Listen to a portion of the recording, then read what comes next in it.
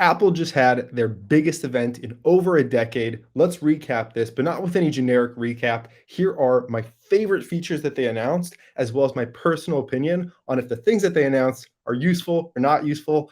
Let's start off with the biggest thing to me, which is AirPods. Now, they're bringing new modes to this, including the adaptive audio, which is going to blend that transparency and noise cancellation, as well as adding in that mute button. All right, let's take it to the beginning of that presentation. In the beginning of the presentation, they talked about the new Mac. It's a 15-inch MacBook Air. It is going to have 18 hours of battery life, 3.3 pounds, world's thinnest 15-inch laptop, Touch ID Magic Keyboard, and 12 times faster than the fastest Intel-based MacBook Air. Am I a fan? Yes.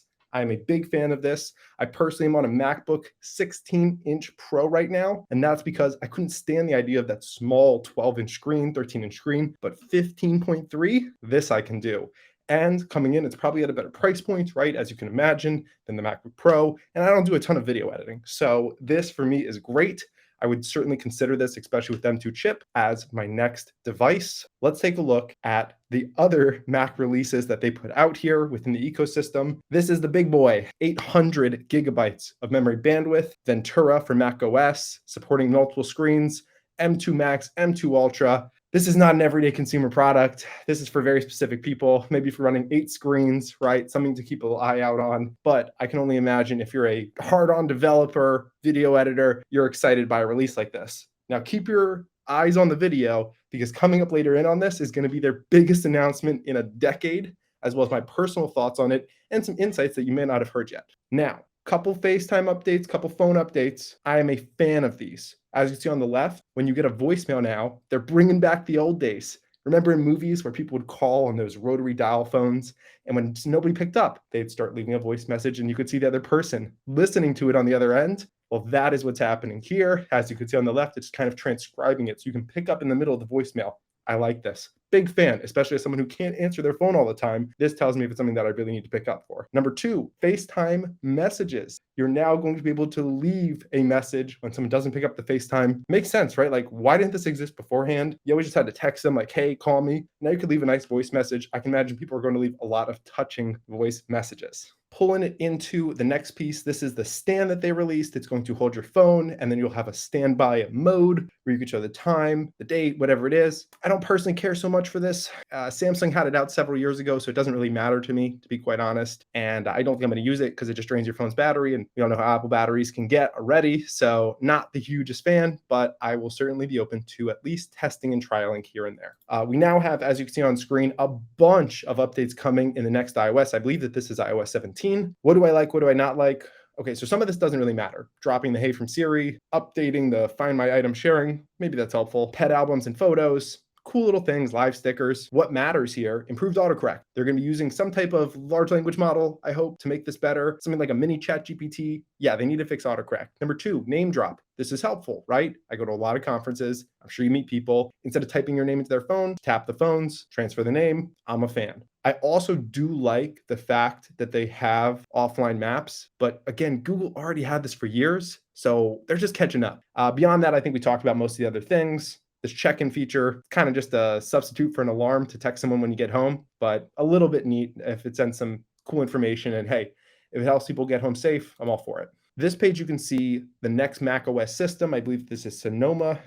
This is going to have a bunch of pieces for Mac, whether it's shared passwords, presenter overlay, predictive text, profiles. I think this is less impressive than what they're bringing to iOS, personally, but I do like the widgets that are coming on screen. I think that's interesting. And I also am a fan of kind of the shared passwords and some of the lock private browsing windows. And I do use Mac all the time. So this is more of a wait and see for me.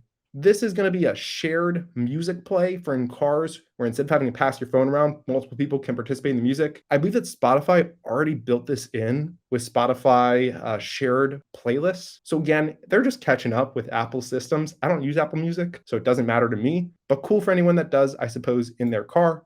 This was one example here of what they're improving with the watch. Now, I don't use the watch right now. I'm open to it. If anybody thinks I should, please comment down below. Let me know if I am missing out. The idea here is that it could help you with your golf swing, but the real idea is that it can track your movements more so than beforehand to help you improve upon multiple things, whether that be a golf swing, probably a baseball swing, right? Probably even a hockey shot, right? All these different types of things where it's collecting data and assisting you with your everyday life. So personally, fan of the concept, but I don't use a watch right now, so let me know if I should. And of course, the piece de resistance, the Apple Vision Pro, coming in at $3,500. So this is not something that everybody's going to be using, but I am a uber fan of this idea of augmented reality, not just virtual reality, but actually bringing it into our everyday lives, being able to see things in our vision that don't typically exist, right? Having screens up. This is super cool actually on the screen right here. You're not even actually seeing her eyes. What you're seeing is actually a screen, an OLED screen in front of her face that is showing you what her eyes look like. There's a ton of sensors built into this thing. It's got them all over. It allows you to even pull up your Mac system in front of you, have multiple screens as a workstation. There's a lot of problems with this right off the bat. It only has a 2-hour battery life. It's heavy. It's very expensive, right? It's not quite there in some aspects, but as a V1,